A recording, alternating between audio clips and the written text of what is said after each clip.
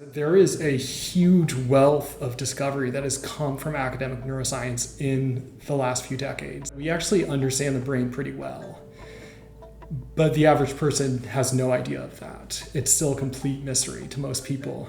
We were able to bring down what had cost like $20,000 a unit to build to something that now we can sell for less than $1,000 a unit.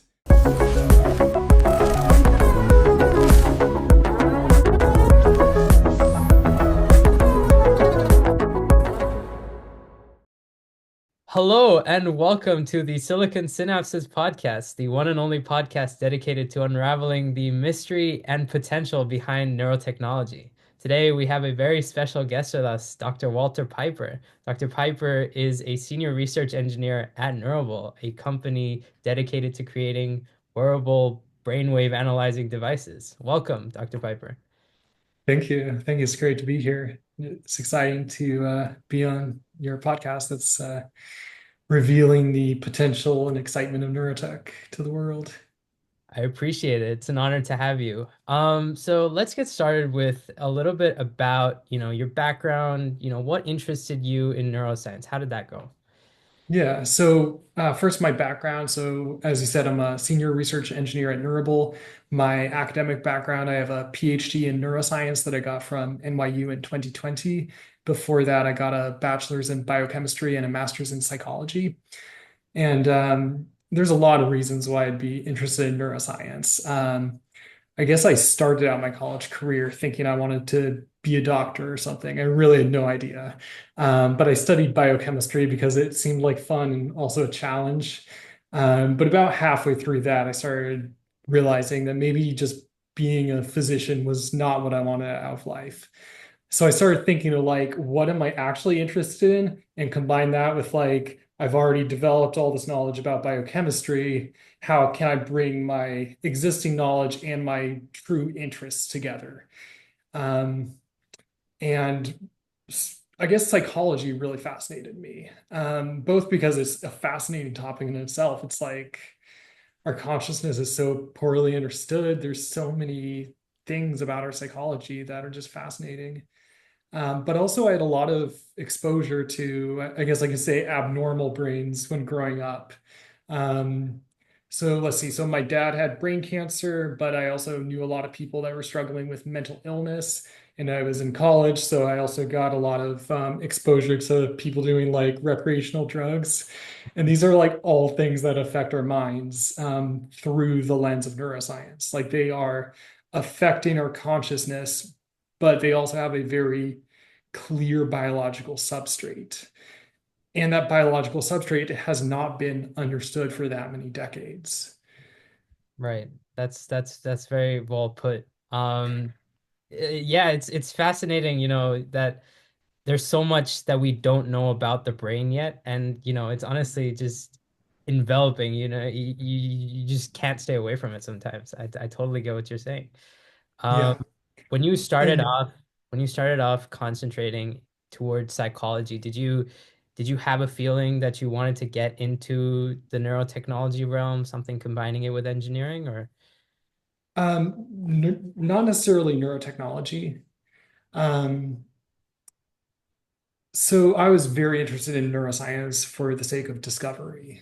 And maybe I kind of figured maybe I'll like research mental illnesses and like end up helping discover some new drugs or something. And I guess drugs are a kind of neurotechnology. Um, but as I actually went through my neuroscience training, I really refined my ideas of like what's actually realistic to do, but also like my understanding of how we think about neuroscience really evolved. Mhm. Um, and at a certain point, I kind of like realized that there is a huge wealth of discovery that has come from academic neuroscience in the last few decades. And we have not really done a great job of bringing that knowledge out of the lab and into people's lives. I was sort of realizing somewhere in my PhD program that we actually understand the brain pretty well, but the average person has no idea of that. It's still a complete mystery to most people. Right. So there's a tension there, and I figured there's a lot of potential to develop tools that make the brain interpretable and make it easier for the average person to work with their own brain. And I Hmm. guess that's where I really wanted to go in the neurotech direction.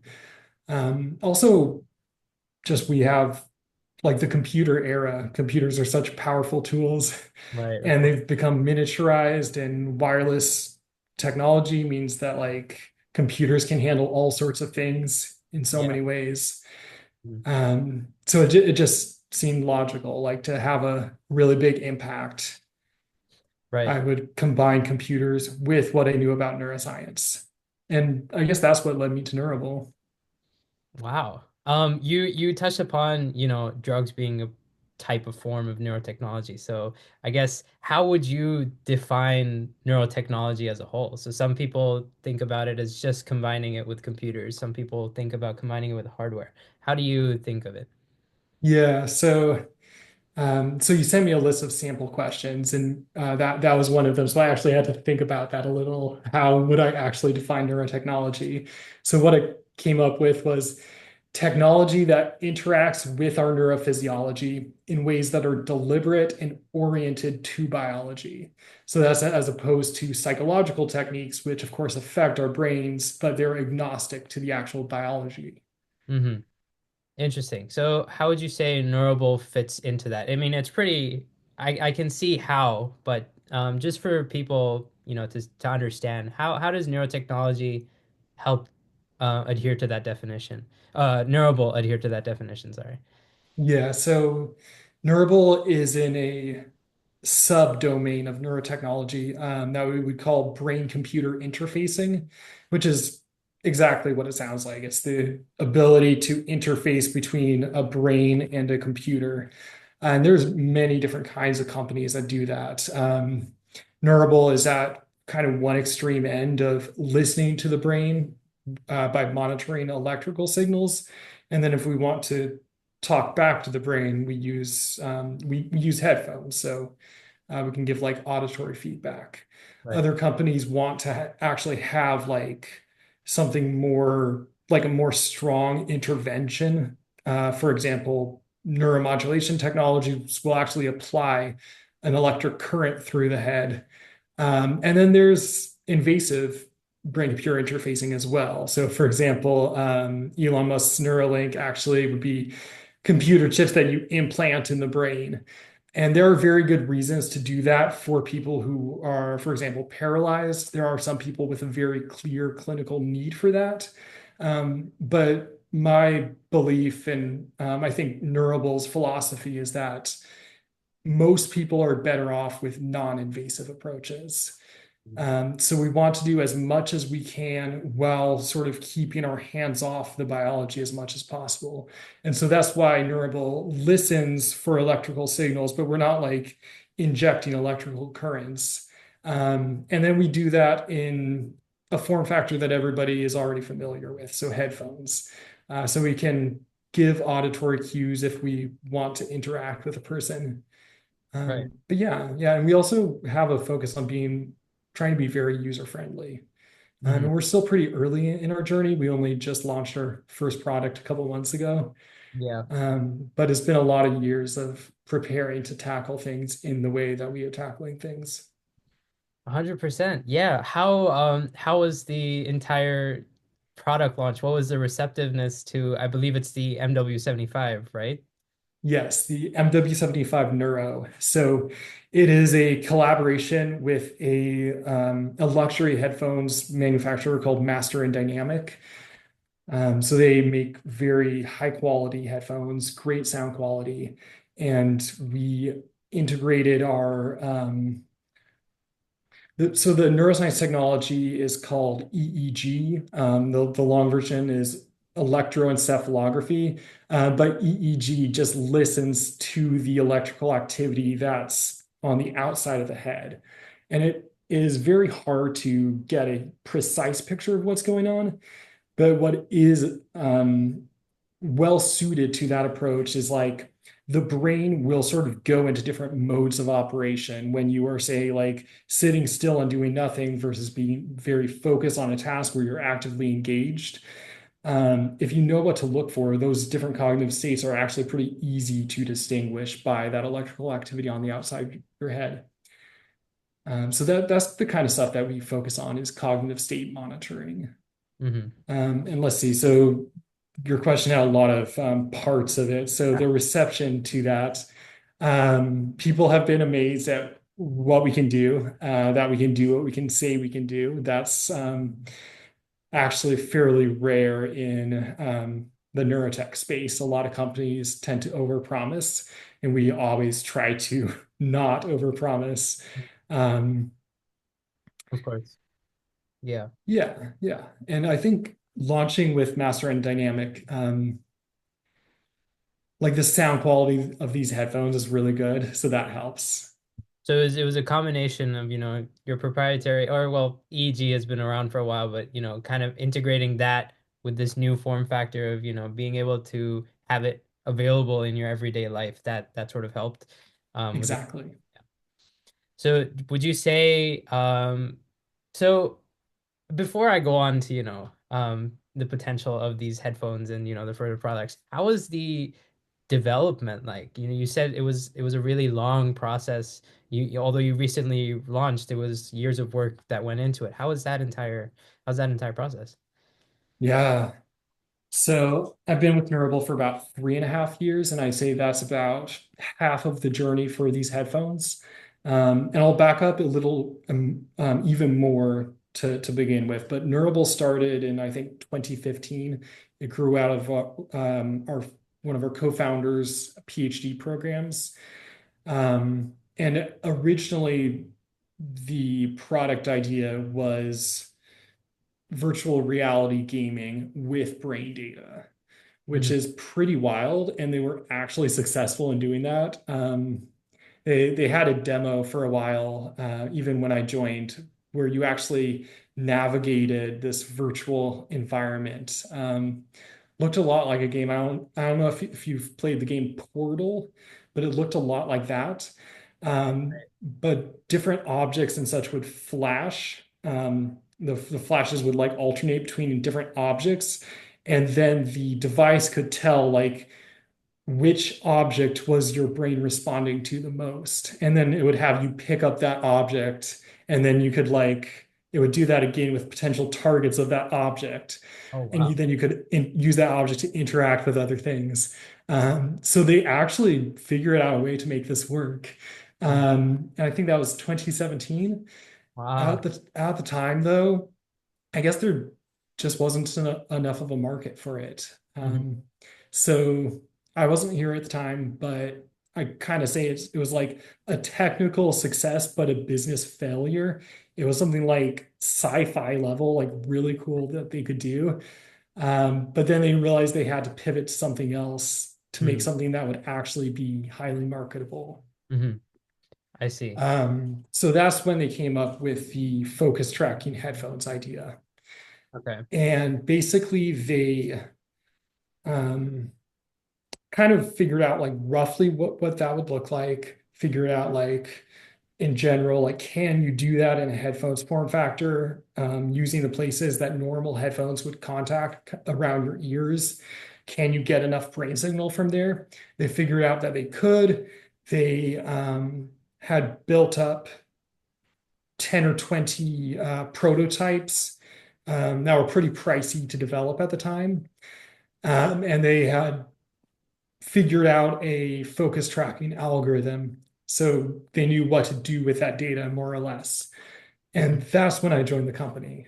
It was still a little bit rough. The focus tracking algorithm was still stronger than anything that I had seen in neuroscience to date. Wow. Um, I mean, typically in academic science, we are looking at signals that are pretty hard to see sometimes. Yeah. And so when I did my interviews at Neurable, I saw the demos of it and I was shocked at how well it was working. Right. But having something work in a way that the average person will be able to rely on it 100% of the time is an even higher bar. Of And course. so getting the algorithm to that higher bar happened in the time that I was at the company. And that was really mind blowing to have something that works virtually 100% of the time. So that's the sort of the algorithm side. On the EEG prototype side, so I mentioned that they had built up sort of pricey prototypes of what they wanted to develop. Right. And since then, there were a few more generations of prototypes that um, found cheaper parts.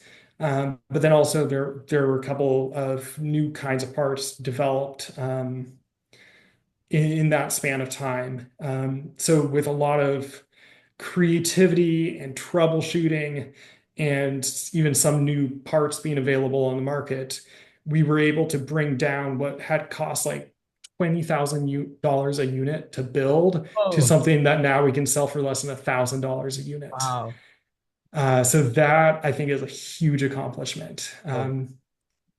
Yeah, I mean, it definitely helps making it a little less pricier than $20,000 to let customers use it. What was you mentioned, there's that higher bar that you need to be able to be accurate as much as possible, especially when you're trying to market it to people or give it out to people who might not understand how it works. So how was the process of like what was the process involving, getting the algorithm from, this point where it's accurate sometimes, most of the times, but not almost all of the time. So what was that, how was that gap filled?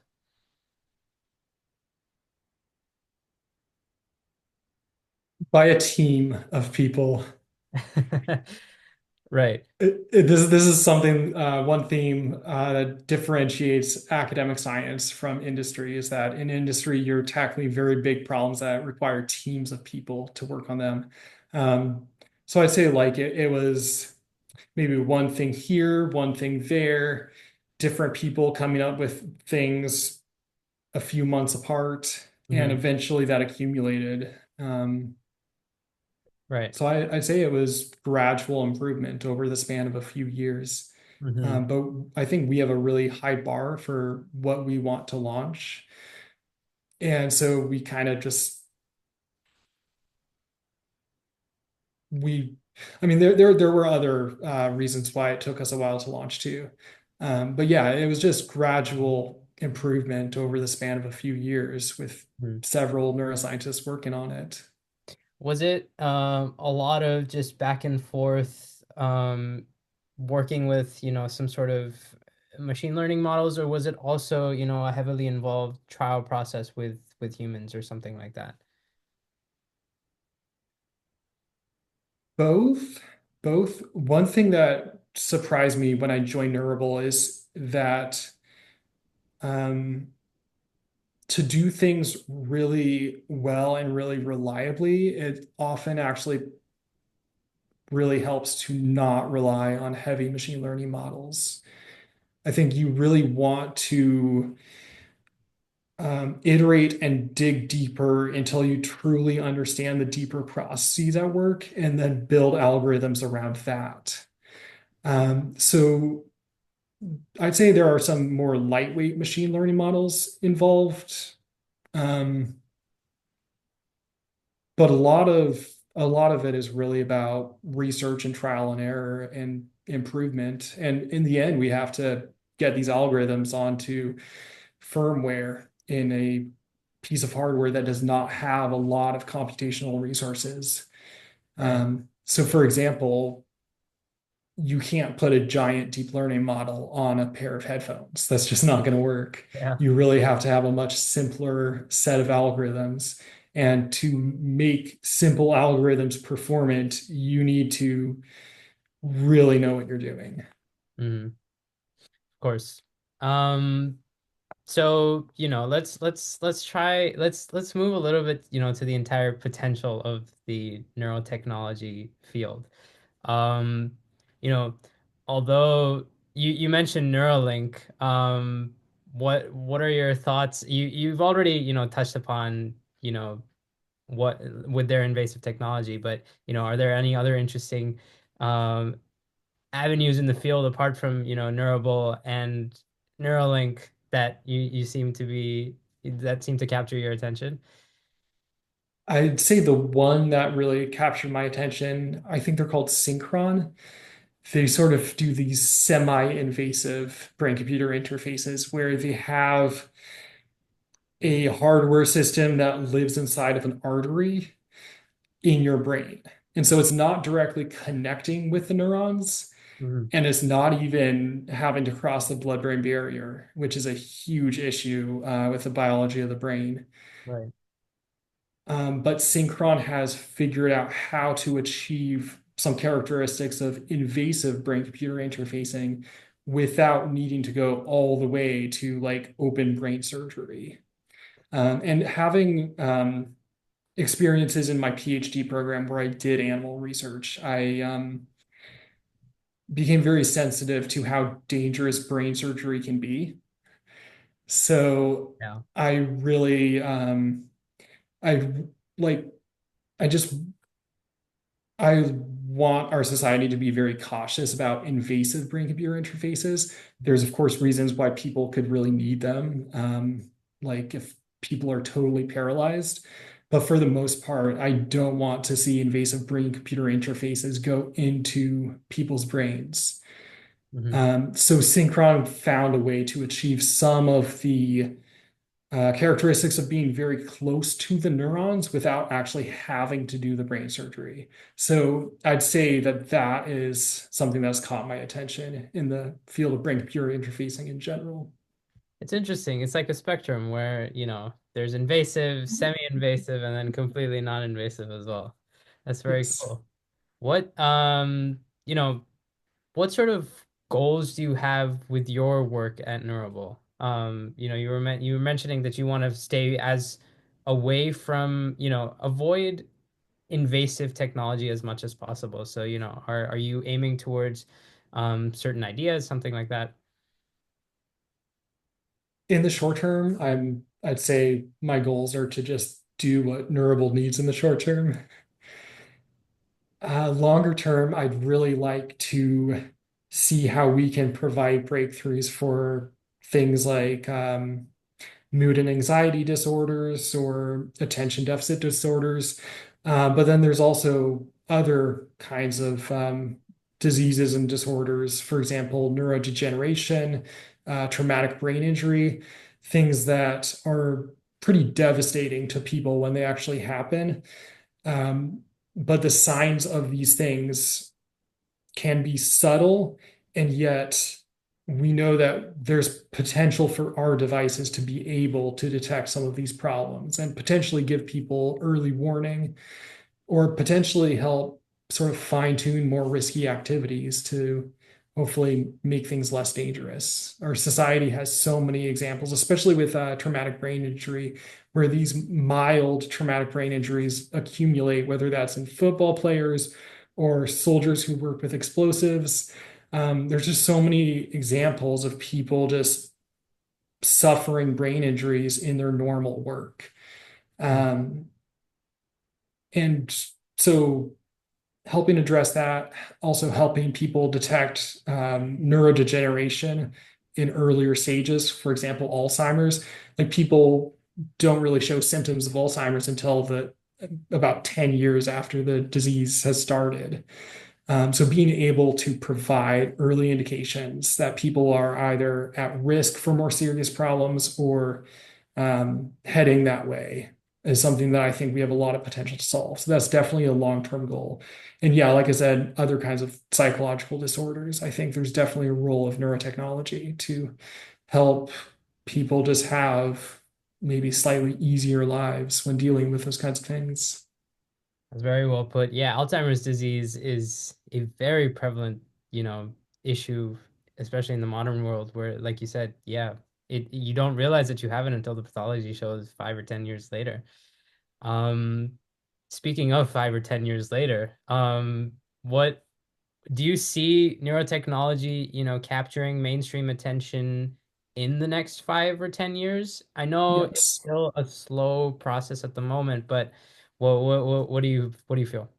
Yeah, no, it's definitely coming. I think I think the 2020s are going to be a decade where we have it'll be a little bit like the 90s. Like the 90s was when computer technology like really broke through into the average person's life. In t the 2020s, we're starting to see that with AI. And I think wearable technology that picks up physiological signals and figures out with AI what to do with that is also something that's going to emerge really strong by the end of this decade. So I think, yeah, that is going to come into the public consciousness in the next few years. I mean, we already see things like I wear a Fitbit on my arm, and that gives me a lot of insights about my internal physiology, and that was not something that I used 10 years ago. Yeah. Um, and I think the next generation of wearables is a lot of them are going to be brain wearables. I mean, I hope Neurable captures the entire market for that. But more generally, I think the non-invasive brain-computer interface space has a lot of potential to have real impact in the next 5 or 10 years. And something else I want to say that I think about quite a bit is so when people hear the term exponential, like exponential growth, the layperson might think about something like having this explosive growth, like insanely rapid. But what exponential actually means is something growing and like every period of time, it grows faster than the one before. And that's not quite the same as something always being fast. So Mhm. I think brain computer interfacing is growing exponentially. And it has not hit the explosive growth period yet. But just in my 3.5 years at Neurable, I've observed this exponential growth year after year. And I'm confident that we are getting to an explosive growth phase probably within the next 5 or 10 years. Wow. Yeah, it's really exciting to know that, in a few years it might be possible to just have devices that you wear like your headphones. And I mean, the headphones is now you can wear them right now Yeah. and just, understand if you're focused or not. Which is really, really cool. That's something I really liked about Neurable. Um, what's something about neurotechnology that people may not know? Speaking in the broader terms, if we're trying to make it more available to everyone, what's a fun fact, something that intrigues you, perhaps? What do people not know about neurotech? I think the biggest thing is actually more about the state of neuroscience in general, which is that neuroscience has progressed far more than most people realize. I mean, for example, there's this technique that was invented about 20 years ago called optogenetics, where you can control animals' neurons with lasers. And what that means is that we achieve mind control with lasers, and that's something that's 20 years old at this point. Yeah. And that's just become more refined since then. There's become more and more breakthroughs and more elaborate technologies. And that's mostly been confined to animal research, but eventually that will make its way to human applications. So Hmm. I think most people have no idea how far that has progressed. So there is a huge like sci-fi level of neurotechnology that is probably coming in the next 10 to 20 years that will blow most people's socks off. That's yeah, that's exactly why, neurotech is such an exciting field to be involved in at the moment. Um, you know, what advice would you give to people who maybe want to get involved in neurotechnology? This is a lot of this answer is going to be context or person specific, but the most broad advice I can give is have a vision and have relevant expertise. I think vision is really crucial, especially because there's not a lot of examples of neurotech being deployed out into society. So people who understand neuroscience well enough to know what's possible, that's a really valuable that's a really valuable skill set, or really just being able to have vision is a skill set, and that's very valuable. And then, of course, relevant expertise. There's many fields that can go into making brain-computer interface products. I mean, I am a neuroscientist, and that's maybe the core of neurotechnology. But most of the people at Neurable are not neuroscientists. We have hardware engineers, software engineers, firmware engineers, we have user testing experts, we have business people. It really takes a village. Um, so I think people should really think about what they want to see happen, like what is their vision, and then what role do they want. And they shouldn't just assume that they have to be an engineer or they have to be a neuroscientist. There's room for a lot of fields.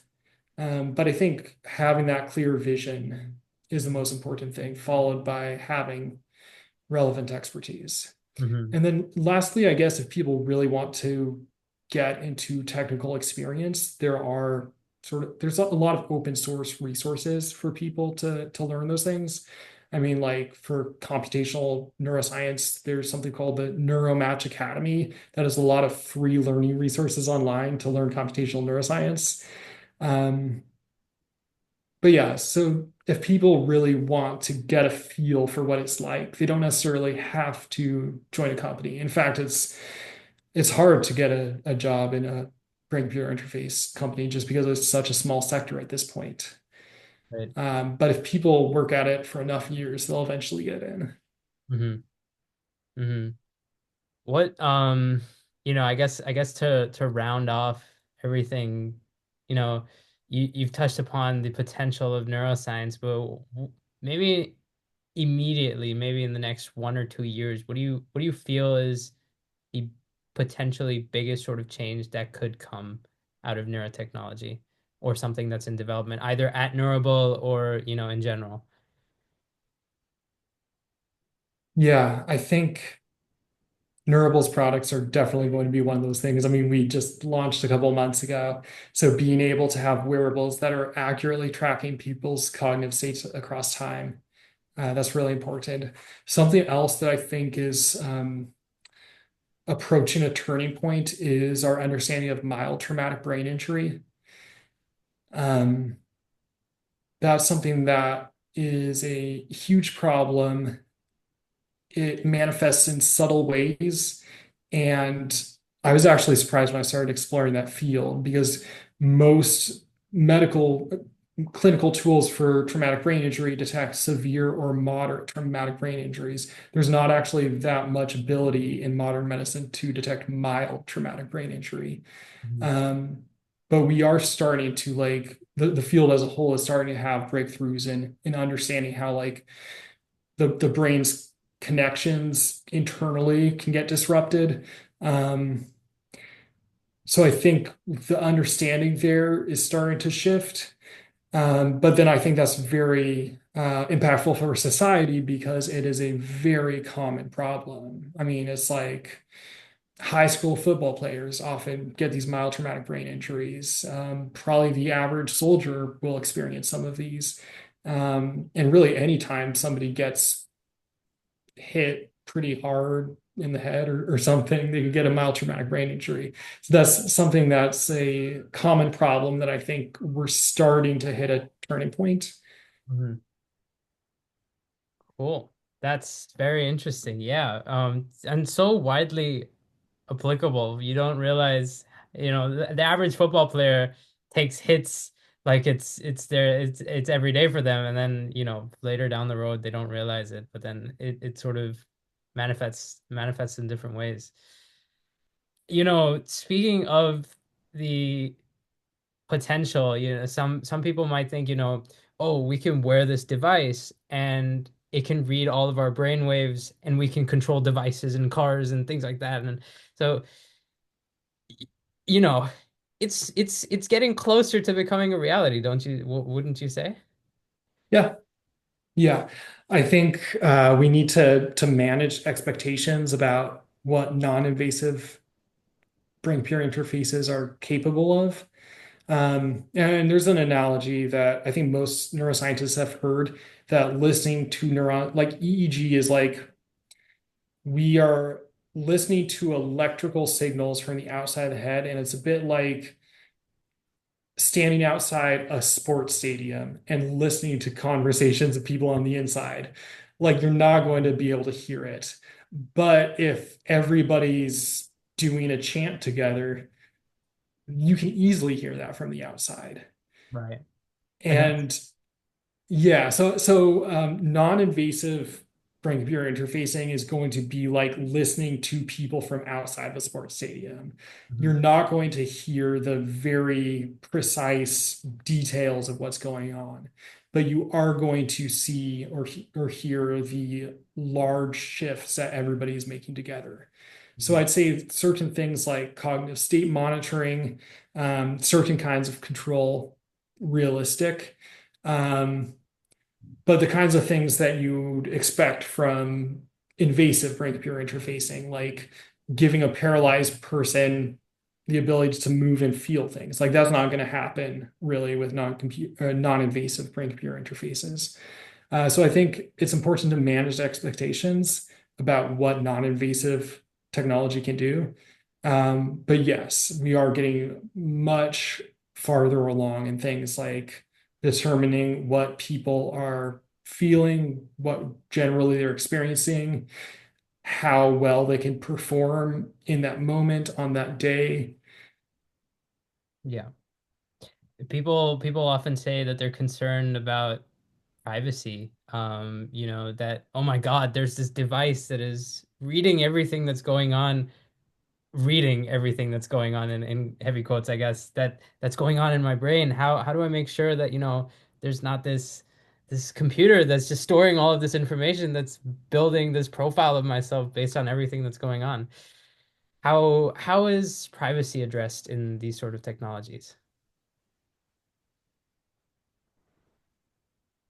Data privacy, more broadly, definitely applies to neurotechnology and is going to have different sort of outlines depending on context. So, for example, with our headphones and our consumer product, um, most of the information stays on the device and never leaves, and that data is not retained. Sort of a summary of what's going on is retained on just enough level to give consumers insights. And just like any other wearable app, like there's going to be some data sent to the cloud in a secure way. Um, there might be some other use cases where people need much more, um, much more precision in the data. So some people can have like locally stored information in various systems. Um, But I say like the data privacy concept that you typically understand from other kinds of applications, combined with maybe being overzealous in consumer rights. For example, like Neurable will never sell your data to other companies, which is a lot more than most companies can say. So I think, yeah, it's a combination of good data cybersecurity with being honest and trying to treat consumers as well as possible. Mhm. And I mean, Neurable is also looking at it not in the sense of, you're trying to decode the content of the thoughts, but rather tap into, those chants that you're talking about. Or Right. yeah. Yeah, and that's also like the non-invasive technology is never going to be able to decode people's thoughts in detail. Mhm. Yeah. Well, that's incredible. Yeah, thank you so much for all of these insights. Yeah, it's really exciting to see what's to come. I'm personally very excited to see the Neurable technology take off. I would try my best to get hands on that technology as well to see how it works. But I've seen demonstrations and it's just it's really, really cool. And the entire app interface is also very, very user friendly, very engaging. And I'm really excited to see what's to come. I'm very excited to deliver on everything that people want to see. Thank you very much for joining us. Thank you very much, Dr. Piper. And listeners, so this was our week's edition of, our very own neurotech expert. And